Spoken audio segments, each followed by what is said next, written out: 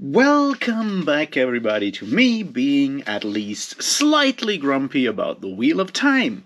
We're back to talking more about, what's this called? The Fires of Heaven, Book 5, and chapters 18 to 30? 29? 29, I think. Or 30. I'm a bit confused there. Last one is Memories of Zelda. Can tell you that. I'll check. Anyway, so that's sort of what I read today. We're halfway through this one, so we'll be done with it by the end of the week and into Lord of Chaos. So we'll probably be done with book 6 at the end of February, I assume. It might take a bit longer. It's a long book. We will see.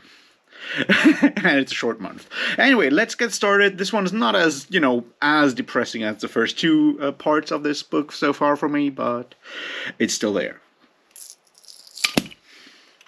Well, cheers.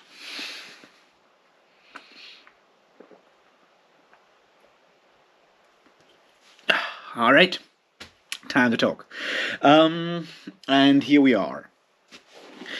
We still haven't seen anything of good buddy Perrin. He's not in this book so far. I'm wondering if he'll actually show up before the end of the book, because we're halfway through and we haven't heard of Perrin so far. I'm kind of missing him, to be honest, because he was the most interesting character, or like his was the most interesting story of The Shadow Rising, and now he's gone. So instead, we get more Swan Sanche through mostly Min and, well, Swan's perspective. We get more Rand and gang stuff going down, and we get a bit of like the bad guy stuff going on here this time around. So it's all over the place, and I get the feeling that most of these chapters that I read today are mostly about moving people around to different places, so we have them where the story needs them to be later on, and that's sort of like the main stuff going down here. And yeah, that's kind of boring, I would say. Most of it, it's just like not much happening. There's still enough to be interested in or to be pissed off about. One of them is obviously, and mostly the problem, I guess, is that these are things that we've come to expect, and they just like come up again and again and suck again and again. So the first chapter that I read is a Hound of Darkness, or Hound of Shadow? No, Hound of Darkness, of course. Hounds of Shadow are pretty cool. And that one is from Leandrin's perspective, so a lot of rosebudding with mouths and stuff, and it... See, the problem is, and I've said that before, evil sucks in these books. The problem with evil sucking in these books is that it's so over-the-top cliche bad guys. And Leandra just is a fucking asshole. She wants... And this is the other side that I don't get. It's like, yeah, she dreams of getting power and getting a mansion or an actual castle or whatever she wants. Like, you're a fucking Aes Sedai. You're supposed to be super powerful and whatnot. You could probably already have a castle if you want to. There's no need for you to join the bad guys to become that. But mostly we see her wandering around in Amardesia. That's where they are right now.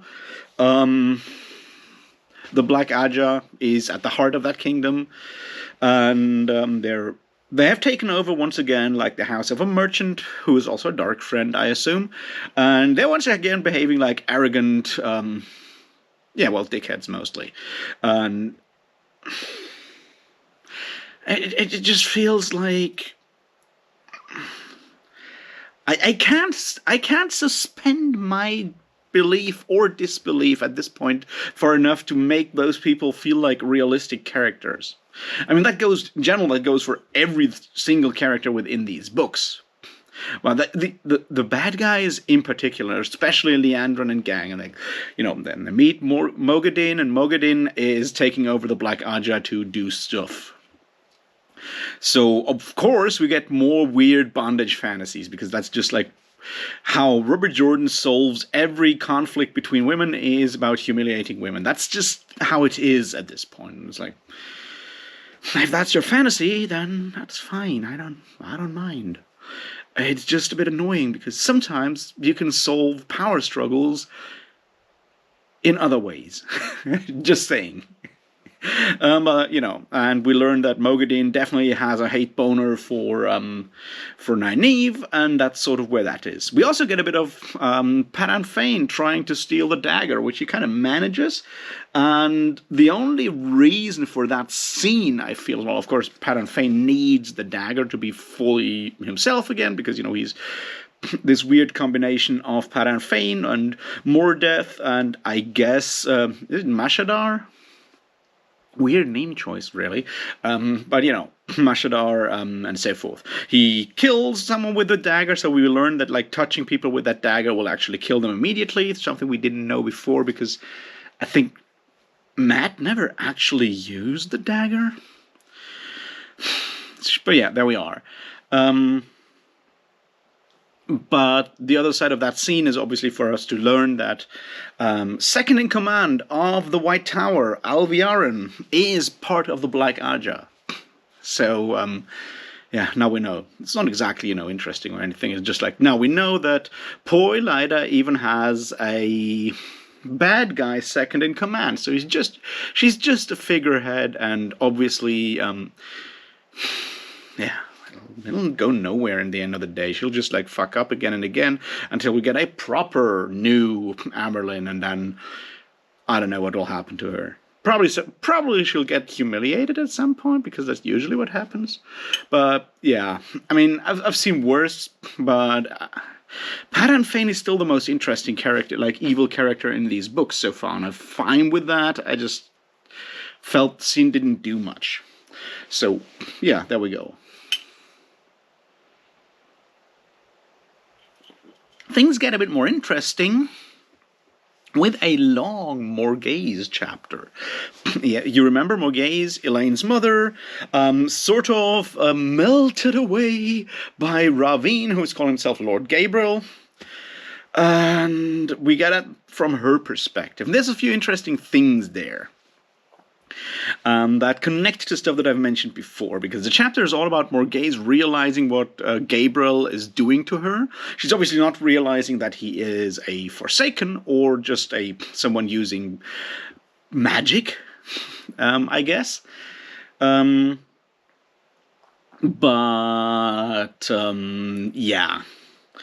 And there's two interesting aspects there. The first one is that the only way for her to realize or start realizing what is going on is when Talonvor, whom we've met before a bunch of times, actually tells her that there's an uprising in the Two Rivers, and she becomes super angry, and it is her anger that gets her out of there. But it is once again, how to say, started, and she's once again in this way saved by a man. So put that one in. And then we have a long conversation with her and her nurse, Lainey, who is also Elaine's nurse and has been mentioned a bunch of times there. And that conversation, in general, what we see here is the conservatism of Robert Jordan, and that is women have to be saved by men. A clear sign for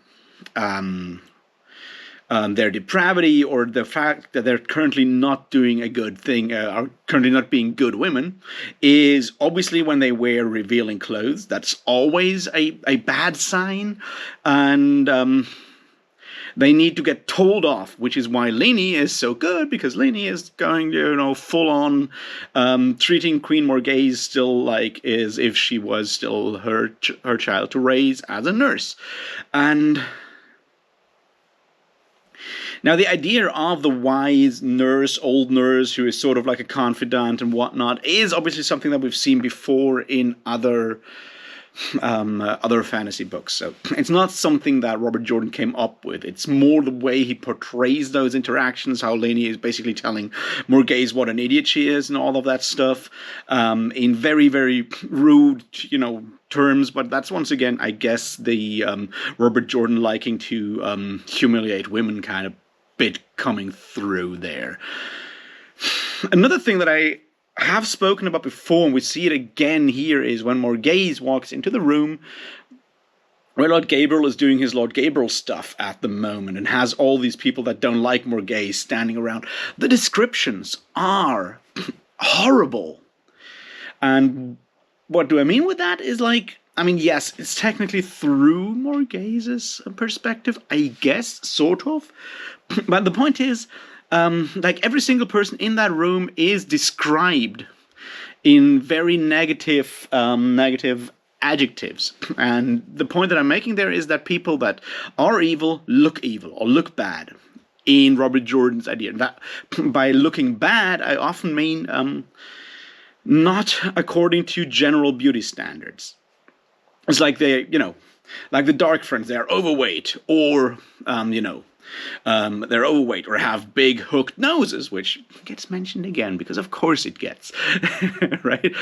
But and we have that scene there as the shrewish wife, and that one that everyone is described in absolutely denigrating tones, and then we learn that they're actually also evil and didn't support Morghese and are now obviously sort of either in thrall or actually working together with Ravine, the Forsaken.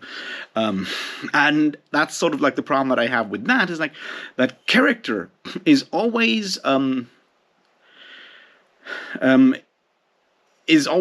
visible and over the top, right? Evil people, when they're looking good, when they're good looking, and not even like Liandrin is apparently really good looking. I think the only one is really sort of good looking, according to Robert Jordan, is really truly Lanfear, who's sort of evil. But then we don't even know if she's actually fully evil or not, right? Like, the evil people look kind of shifty and behave extremely vile every time and all the time. And like, how are they getting away with it so much in this world? It just doesn't make any sense. It's like, wait, couldn't there be a little bit of nuance somewhere? Maybe. Wouldn't that be like really good if we had a bit of nuance from time to time?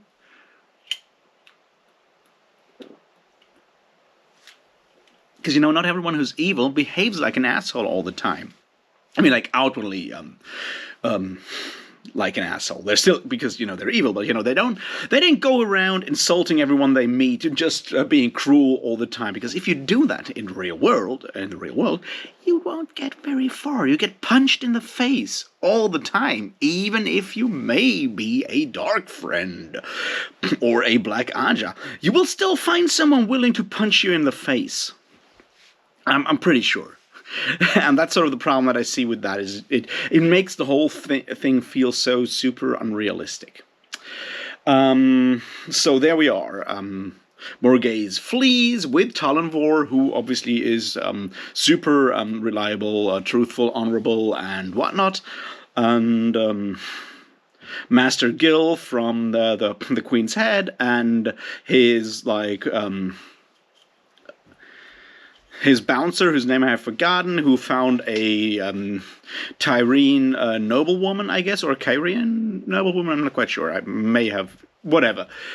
But, and this is the other bit there, right?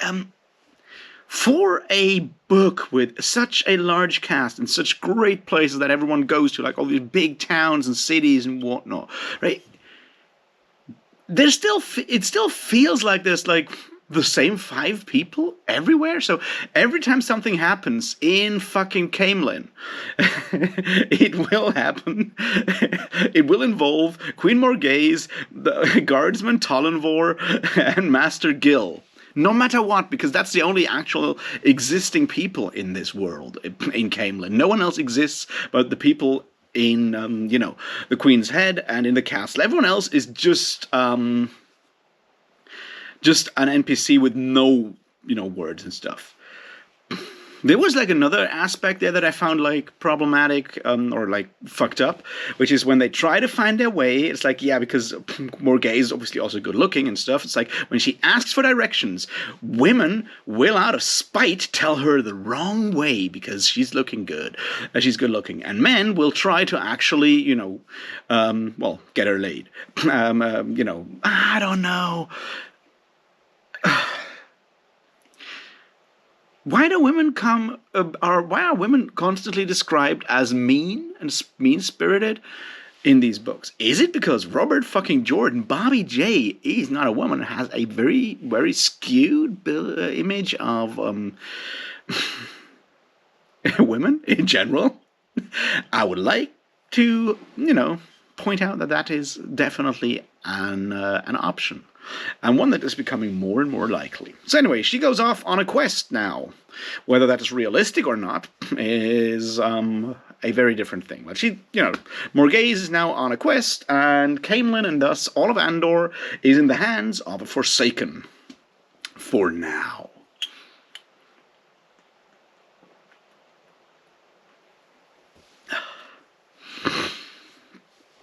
All right, let's look at more stuff.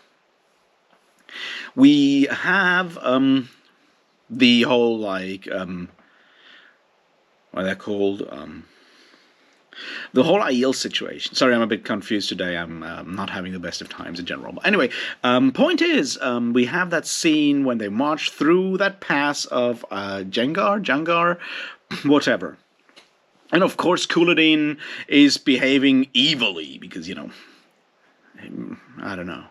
He's behaving evilly, which means killing everyone and plundering and whatnot, and sending messages, which is, putting up people, like stringing up people on and impaling people for Rand to keep on his, like, weird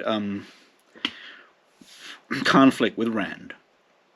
And I don't know. It's like, I still hope that we'll get something Kuladin related later on, where we get a reason of why he's behaving that way, but why is he taunting Rand? What does Kuladin actually believe? Does he believe he has the power to actually stop Rand? Or is he just, see, that's sort of the problem that I see there with Kuladin. Is like, I like the idea of Kuladin trying to, become the King of Kings, Khan of Khans, or whatever you want to call him. I can live with that. That's fine. I can even see him figuring out that, like, or wishing for more glory and plunder, and thus going, across the dragon wall and, plundering. But at this point, Kuladin must know that Rand has all kinds of power. Unless he's really, really stupid, and Kuladin should know that Kuladin is not able to channel and whatnot. It's like, why is he deliberately taunting that guy who has the power to knock him out and kill him sooner or later? Rand could just teleport to fucking Kuladin, assassinate him, and move back. That would be possible. Rand's not doing that right now, but like, why is he deliberately taunting Rand at that point? It just makes very little sense to me. But I guess once again, it's like, because he's evil, he has to behave like really evil, like evil, for some reason, Yeah. We get that bit of attack, which is maybe by Samael or maybe by someone else. So we can have the whole, like, Drakkar kind of balefire shit going down. It just feels, all of this so far felt very, very, like, we need to get more pages down because this has to be a big book kind of thing. It's like, you could probably cut out a lot of pages of this part of the novel, I feel. The main thing that is going on there is sort of the Rand Avienda thing, and it's, at this point it's fairly obvious that Avienda is also has feelings for Rand, but doesn't know how to express them, because on the other hand, she believes that Rand is that Elaine is for Rand, because unlike Min, whom we'll talk about in a second, and that's sort of also, I guess, Elaine. Elaine knows, but it's sort of like, Avienda does know that Rand will have, like, all kinds of girls to choose from and hang out with, but that she doesn't know that, which is ridiculous. But we've spoken about the fact that, like, misunderstandings are an important aspect of this book, and the other part of it is definitely, I feel it's a bit of a problem. Still is, for style-wise, because our choice of narrative, because we don't get Avienda's point of view for now. Now, there will probably be more like Avienda point of view chapters later on in these books. But for now, it's not only not Avienda, we have not had a single Aiel point of view character. And that's a problem because there's always this like huge thing about how the Aiel are so different from everyone else. We only see them from the outside. And a lot of what they do and how they do things still feels extremely ridiculous. And because this is Robert Jordan, and we'll talk about that, like not understanding people kind of thing in a second, it feels odd, and at this point it feels ridiculous that Aiel customs, Aiel culture are basically not to be understood by anyone, just in general. And that's sort of like the annoying bit. There's like, yeah, you know that Avienda has the hearts for Rand, and she doesn't know how to deal with it because she thinks she's got no right for that because of Elaine and stuff. And Rand is sitting there and just doesn't understand it. It's like, oh, she's a woman and an Aiel, I don't get it. And it just keeps going, and he got his new sword back, and then he gives her the hilt for the sword, and then she's, oh no, another wooing gift. I don't know how to deal with this. And I appreciate... No, I don't. Actually, I don't. Because what it actually boils down to is that, once again, is love at first sight. Because every love in these books is love at first sight. It may not be consummated immediately, because no one ever gets to fuck in these books. Except maybe Matt. We're going to talk about Matt in a second. Maybe Matt. Yeah. But what I wanted to say is, it's like, people see someone else like, that's the one, and I need to be irrational and do all kinds of crap because of that one glimpse. Gareth Bryn following Swan Sunshade and gang because of her blue eyes is just the same fucking thing again. It's like, why does Robert Jordan think that human interactions, relationships and whatnot work like that? What? It's annoying. It's annoying is what it is. As for Matt, Matt's pretty cool. He still doesn't want to get married. He wants to, go for sex, drugs, and rock and roll, basically. And I support him fully in that venture. Interesting is the bit that he has with that one maiden of the spear, who's giving him massages and cuddling, and talking to him that he needs, look after glory because he's destined for a lot of glory and shit. And I don't know. If I didn't know better, well, actually, I don't know better. I could almost believe that, and I have forgotten her name, is once again Lanfear, because Lanfear is always talking about trying to get people to actually do stupid shit to get glory, and there's always an implication that glory is bad. Who knows? Then there's inconsistency that is just ridiculous, because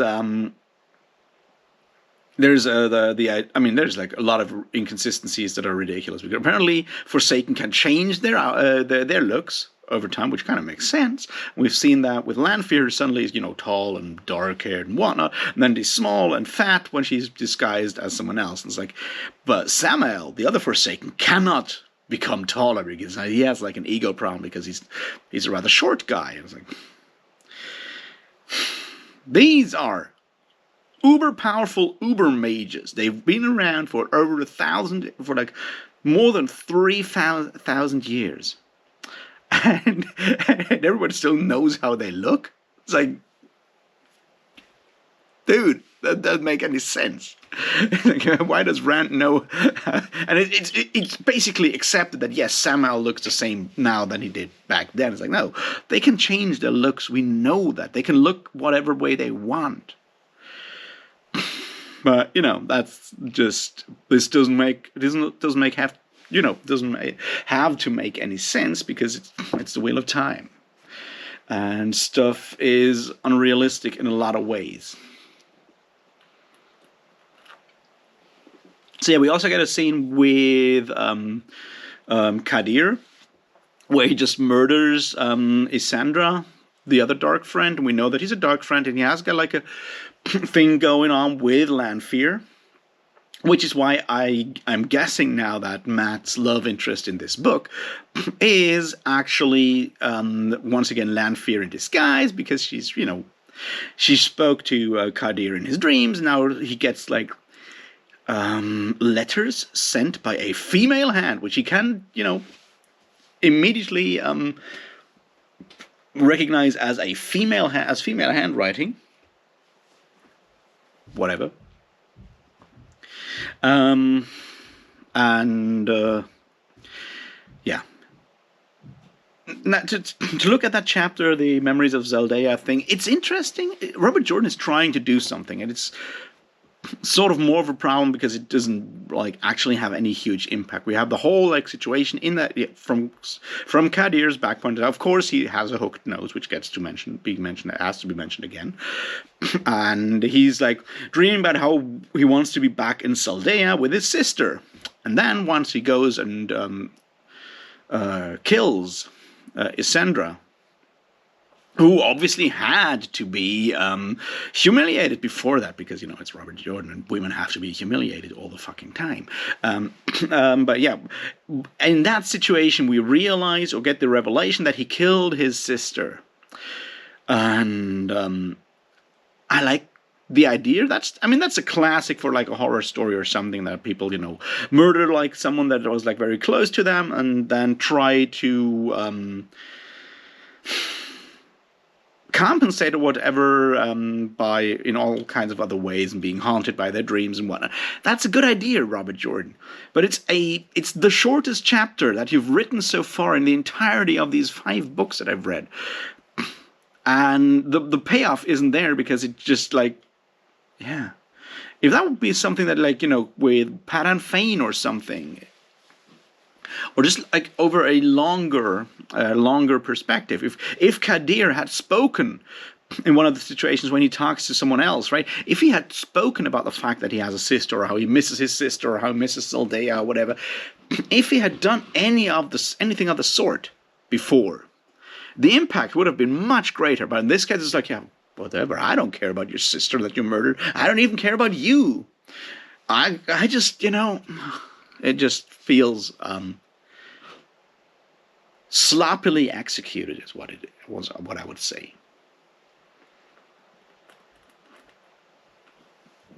All right. What else was there? Well, there's a bit more of the dream talking stuff, and Egwene kind of figures out that what's her name, Brigida is out there. Mogadin notices that Brigida is out there. Everyone basically knows it of everyone else at this point. But we get Egwene to be shitty to other people again. And Egwene becomes really shitty at this point. And not praise, but at least I have to acknowledge that Robert Jordan puts that in the situation that at least Elaine realizes that Egwene has become more and more like Nynaeve. It's not exactly a story that I personally enjoy the way it is built, but at least he's aware of it, or at least Elaine is aware of it, which means Robert Jordan is aware of what he's doing to the level that he has other characters react to it. So, yeah, there we go. But I don't know where he wants to go with a character like Egwene in that way. But we will see, I guess. It just doesn't make a lot of sense. Although finally we find out that, like, true fucking love again, because it's always true fucking love. Like, Gawain is in love with Egwene, and Egwene is obviously also in love with Gawain and not with Gallard, because that makes a lot of sense. I did actually love the fact that Robert Jordan calls a chapter Dreams of Gallard, and Gallard has one sentence in the entire chapter, and everyone else gets longer stage time than Gallard. It's like, this is Dream of Gallard, the chapter Dreams of Gallard, where Egwene dreams about having a kid with Gawain. Yeah, right, dude. Makes no sense. But yeah, that's, as I said, this is all like just, I don't know, fucking around in the middle of nowhere on their way to setting up stuff for later on. I hope that stuff will actually come of it. I doubt it, however. We'll see. Right. Let's talk about the Min, Swan, Sanche, whatever stuff, right? They, Min and gang, come to Solidea, whatever. Who cares? To that village.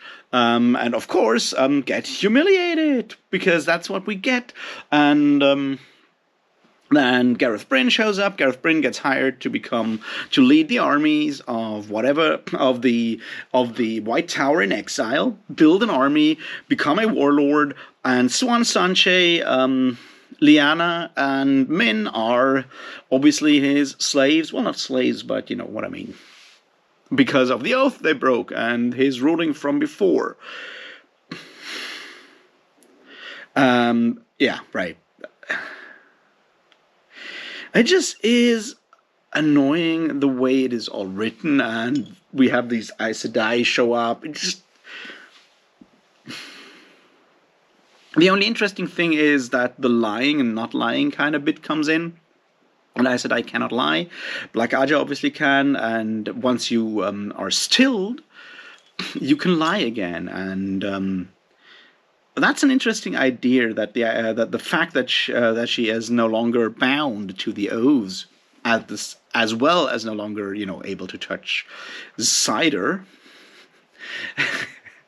kind of makes is an advantage that she has now. Swan, that is. I mean, that's an interesting aspect. But yes, Gareth Bryn is now also in love with Swan, so we'll see where all of that will be going. I predict, because this is still Robert Jordan, and the Wheel of Time is not good with that kind of stuff, but I predict at the end of these books, Swan Sanche will be together with Gareth Bryn, because it has to. Egwene will be together with Gawain. Gallard will be together with his hand, because he is a White Cloak. Avienda will obviously be together with Rand, and Nynaeve obviously with Lan, and I have no idea who will actually be the person that gets to get Moiraine, but who knows? Sort of how this goes. Possibly Lyanna will actually get Logain. We don't know. There's still some stuff going down there. All right, let's talk about the other thing that I find highly problematic in the overall way these books are written. And that is the impossibility of understanding between genders and between cultures. And there's, like, in every book, again and again and again, we have a situation where it's clear that, like, where he's made fundamentally clear, and it's built into the world, because a woman cannot teach a man how to channel, and a man cannot teach a woman how to channel, and obviously there's all of that, and the idea that there is a clear gender binarity going down, that's another thing, but like there is no understanding between genders. And we have the whole thing with the Aiel and whatnot. Again, it's like there is no understanding between cultures. And this is supposed to be our world in the far future, or far past, or the far future, whatever. It is supposed to be our world. And to get told again and again and again that I will never be able to understand a woman. Not a single one. And I will never be able to understand someone of a different culture. What kind of worldview is that? What kind of toxic fucking worldview is that? And to have that repeated again and again and again is just very, very frustrating and dark, because if you truly believe that there will never be any understanding between people of different genders or people of different cultures, we could just like all give up and die, I guess, because why even bother at this point anymore? And that's just like something that like annoys me, low-key annoys me the entire time, because it seems to be fundamentally built into these books. And yeah, that's sort of the problem that I see with it.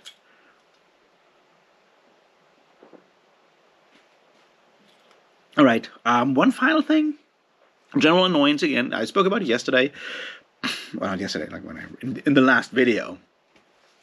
Repetition all the time. Every single fucking time a murderer appears, we get to be told again that, they look like men, their eyeless white faces, and their coat, their snake-like movement, exaggerated by the overlapping scales of their armor and their cloaks that don't move in the wind. Bobby J, this is book number 5. This is probably the 50th time I have encountered a fucking murderer. Do you have so little faith in me as a reader that you have to tell me that again and again? Because every time that's a bunch of... That's like an entire paragraph describing something you have done before. Maybe you even copy-paste the damn thing to just, like, buff up your page count.